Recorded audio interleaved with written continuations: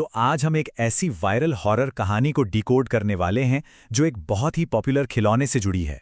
और ये कहानी हमें बताती है कि कैसे आजकल के क्यूट लगने वाले ट्रेंड्स के पीछे एक बहुत डार्क सच्चाई छिपी हो सकती है। तो चलिए इस कहानी की गहराइयों में उतरते हैं। सोचिए, सब कुछ शुरू होता है बस एक सिंपल से रिएक्शन से। ओएमजी, ये कितना क्यूट है। एक ऐसा रिएक्शन जो हम में से कोई भी दे सकता है। पर यही वो छोटी सी चिंगारी थी जिसने आगे चलकर एक भयंकर आग लगा दी। और यही आज का हमारा मेन सवाल है। एक प्यारी सी क्यूट सी दिखने वाली डॉल, एक ट्रेंडिंग चीज, भला किसी की जान के लिए खतरा कैसे बन सकती है? आइए इस कहानी के पर्दों को एक एक करके उठाते हैं और इस सवाल का जवाब ढूंढते हैं। ठीक है, तो कहानी को बिल्कुल शुरू से शुरू करते हैं। मिलते हैं हमारी कहानी की मेन कैरेक्टर से और समझते हैं उस सोशल मीडिया ट्रेंड को जहां से ये सारा ड्रामा शुरू हुआ। तो मिलिए आरुषि से। 24 साल की है, इंडिपेंडेंट है और अकेले रहती है। वो घर पे ट्यूशन्स देती हैं और हाँ, सोशल मीडिया उसकी दुनिया है। मतलब इंस्टाग्राम, फेसबुक, यूट्यूब, आप नाम लो और वो वहाँ एक्टिव है। और लेटेस्ट ट्रेंड्स वो तो उसे फॉलो करने ही करने हैं। और तभी मार्केट में आता है एक नया क्रेज, लबूबू डॉल का। एक प्यारा सा पर थोड़ा सा अजीब सा मॉन्स्टर, बड़ी बड़ी आंखें और एक अजीब सी मुस्कान जो आपको खींचती है। उसकी बेस्ट फ्रेंड ने एक रील डाली और बस आरुषि ने भी फौरन एक ऑनलाइन ऑर्डर कर दी। और यहीं से कहानी एक डार्क टर्न लेती है। चलिए देखते हैं कि कैसे ये क्यूट सी दिखने वाली डॉल एक डरावने सपने में बदल जाती है। सब कुछ बहुत तेजी से हुआ। पहला दिन डॉल अपनी टेबल वाली जगह से खिसककर जमीन पर पड़ी मिलती है। उसी रात एक अननोन अकाउंट से एक क्रीपी मैसेज आता है, मैं तुम्हें देख रहा हूं। अगली सुबह तो और भी अजीब थी। आरुषि के चेहरे पर लाल खरोच के निशान थे। और दूसरी रात होते होते वो डॉल उसके बेड पर पहुंच गई थी और ऐसा लग रहा था मानो उसकी आंखें अंधेरे में चमक रही हों। अब देखिए, शुरुआत में तो कोई भी यही सोचेगा। आरुषि ने भी इन सब चीज़ों को यूं ही टालने की कोशिश की। सोचा यार शायद नींद पूरी नहीं हुई होगी या बस ऐसे ही कोइंसिडेंस होगा, जब तक कि चीज़ें हाथ से बाहर न चली जाएं।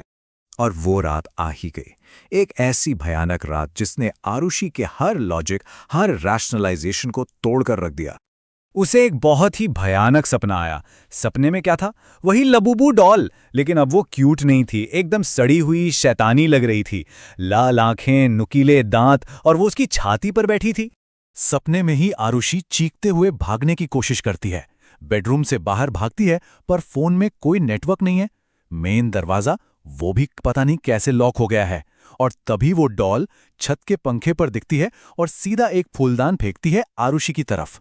वो मदद के लिए बैल्कनी की तरफ भागती है, चिल्लाने की कोशिश करती है, पर आवाज ही नहीं निकलती। अब ये पार्ट बहुत इंटरेस्टिंग है। सपना और हकीकत का फर्क मिट जाता है। आरुषि की आंख सुबह 5 बजे खुलती है। वो अपने बेड पर है, सेफ है। लेकिन जब वो आईने में देखती है तो उसके शरीर पर खरोच के निशान पहले से भी कहीं ज्यादा गहरे थे। और वो डॉल, वो अपनी जगह पर नहीं थी। जानते हैं कहाँ मिली? उसकी अलमारी के अंदर। तो अब आरुषि को समझ आ गया था कि ये कोई मजाक नहीं है और यहीं से वो एक विक्टिम से प्रॉब्लम सॉल्वर बनती है। चलिए देखते हैं कैसे। इस सब के बाद आरुषि ने हिम्मत करके उस डॉल को उठाया और घर के बाहर कूड़ेदान में फेंक आई। सोचा चलो किस्सा खत्म, लेकिन नहीं।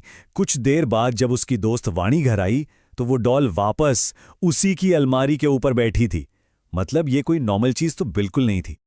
और यहीं एंट्री होती है उसकी दोस्त वाणी की, एक सपोर्टिंग फ्रेंड जो सिचुएशन को संभालती है। वाणी ने यह सब सुनकर फौरन इंटरनेट पर रिसर्च शुरू की और पता है क्या मिला? बिल्कुल ऐसी ही डरावनी कहानियां दूसरे लोगों के साथ भी हो चुकी थीं।